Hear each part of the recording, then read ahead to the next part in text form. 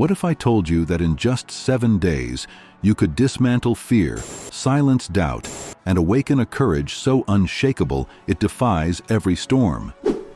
What if the secret isn't a formula but a timeless prayer, one that has fortified kings, warriors, and ordinary believers for millennia?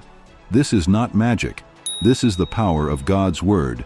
For the next 7 days, Psalm 27 will become your weapon, your shield, and your song. Loved this challenge?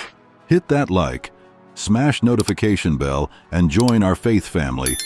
Every like, subscribe fuels our mission to spread God's Word.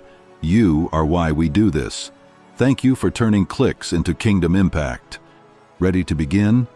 Psalm 27 isn't just a chapter, it's a battlefield. Penned by David, a man who faced lions, giants, and betrayal, it's a raw cry for help fused with triumphant faith. But here's the key.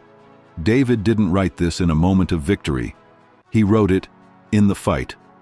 And that's where you are, isn't it? In the middle of the fight for peace, for purpose, for your family, your health, your joy. Over the next 7 days, we'll break down this psalm verse by verse, prayer by prayer, and watch God turn your fear into fearless faith. Let's go. Day 1 begins with a declaration. The Lord is my light and my salvation. Whom shall I fear? Verse 1. Light isn't just a symbol here, it's a weapon. In Genesis, God's first act was to speak light into chaos. Genesis 1-3. Darkness isn't a threat to God. It's a canvas for His glory. When you pray this verse, you're not just asking God to send light. You're acknowledging He is the light. Your anxiety, confusion, or grief, He penetrates it all. The Hebrew word for light here is or, the same term used in Genesis 1:3. It's not just physical light, but revelation. When God says, "Let there be light," He's also saying, "Let there be clarity, order, and life." Praying this verse invites God to recreate your chaos into a canvas for His glory. Tonight, before bed, turn off all lights. Light a single candle. Stare at it. Pray, God, as this flame tears through the dark, tear through every lie I've believed. You are my light. Period. Then sleep, not as a victim of fear, but as a child of the light. By day 2, David shocks us.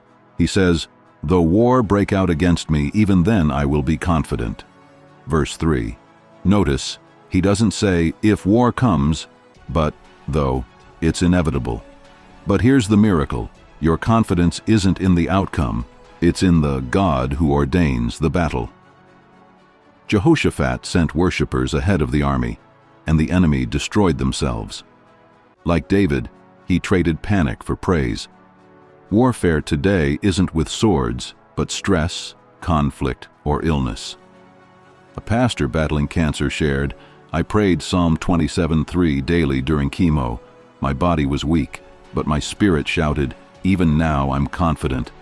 My healing came, but my peace came first." Create a war board with Psalm 27:3 written boldly. Pin photos of your battles.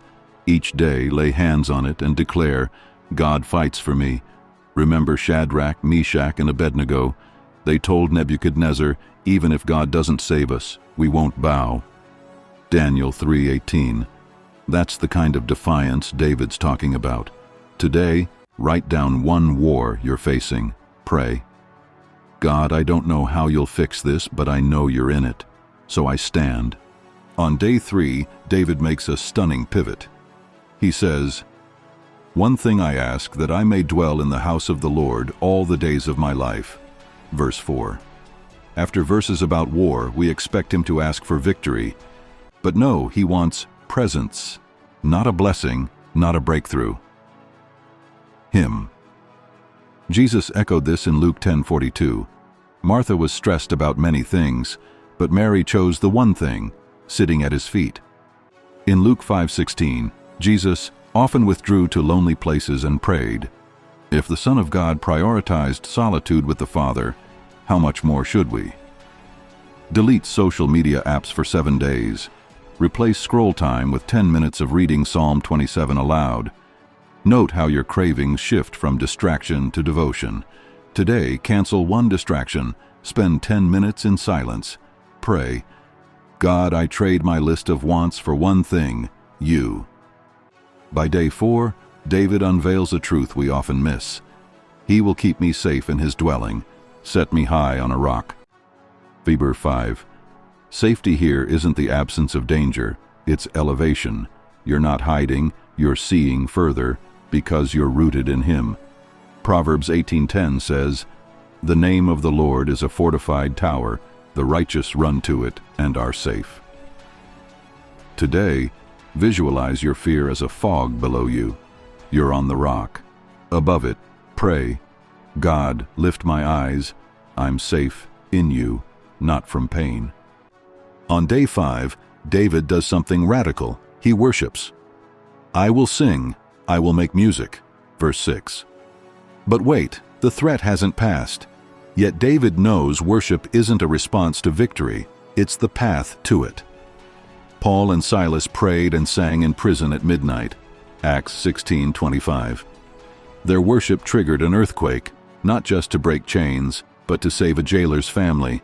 Today, play a worship song, sing it loud. Pray, God, my song is my sword. Use it to break chains I can't see. By day 6, David's tone shifts.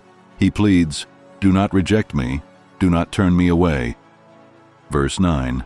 This is the beauty of prayer. God can handle your desperation. Nearly 40% of Psalms are laments. God welcomes our tears. Author Anne Voskamp writes, faith isn't the absence of doubt, it's choosing to trust despite it. David's raw prayer in verse 9 isn't weak, it's worship in the wound. Even Jesus cried, why have you forsaken me? Matthew 27:46. Your doubt doesn't scare him. Write a letter to God, no filters, then read Psalm 27:9 aloud. You have been my helper.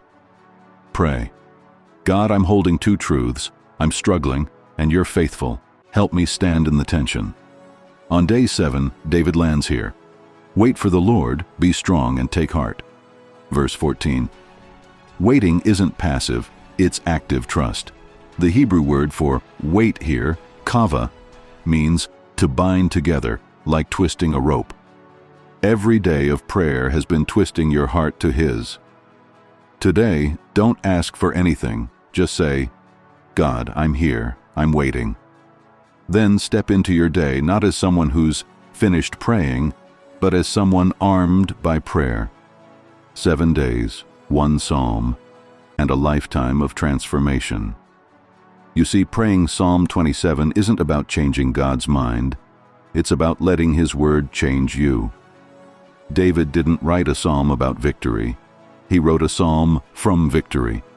A victory he accessed while the battle raged. That's your calling. So what happens when you pray Psalm 27 for 7 days? You'll still face storms, but you'll face them with a different question. Not, God, why is this happening? But, God, what are you revealing? You'll stop seeing prayer as a last resort and start seeing it as your first weapon. Now go. Live Psalm 27, not for 7 days, but for 70 times 7, because the light is with you, and the light always wins.